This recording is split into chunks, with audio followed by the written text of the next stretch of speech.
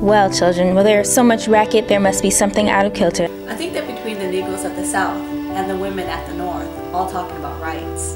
The white men will be in a fix pretty soon. But what's all this here talking about?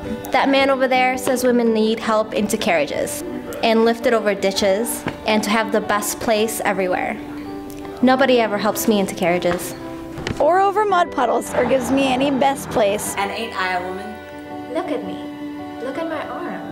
I have plowed and planted and gathered into barns, and no man could head me. And ain't I a woman? I could work as much and eat as much as a man when I could get it and bear the lash as well. And ain't I a woman? I have borne 13 children and have seen most all sold off to slavery. And when I cried out with my mother's grief, none but Jesus heard me. And ain't I a woman? Then they talk about this thing in the head. What's this thing called? Intellect.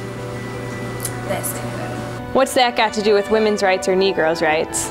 If my cup won't hold but a pint and yours holds a quart, wouldn't you be mean not to let me have my little half measure full? That little man in black there, he says women can't have as much rights as men, 'cause Christ wasn't a woman.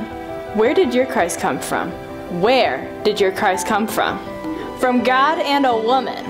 Man had nothing to do with him. If the first woman that God ever made was strong enough to turn the world upside down all alone, these women together ought to be able to turn it back and get it right side up again. And now they is asking to do it. The men better let them. Obliged to you for hearing me. And that old Sojourner ain't got nothing more to say.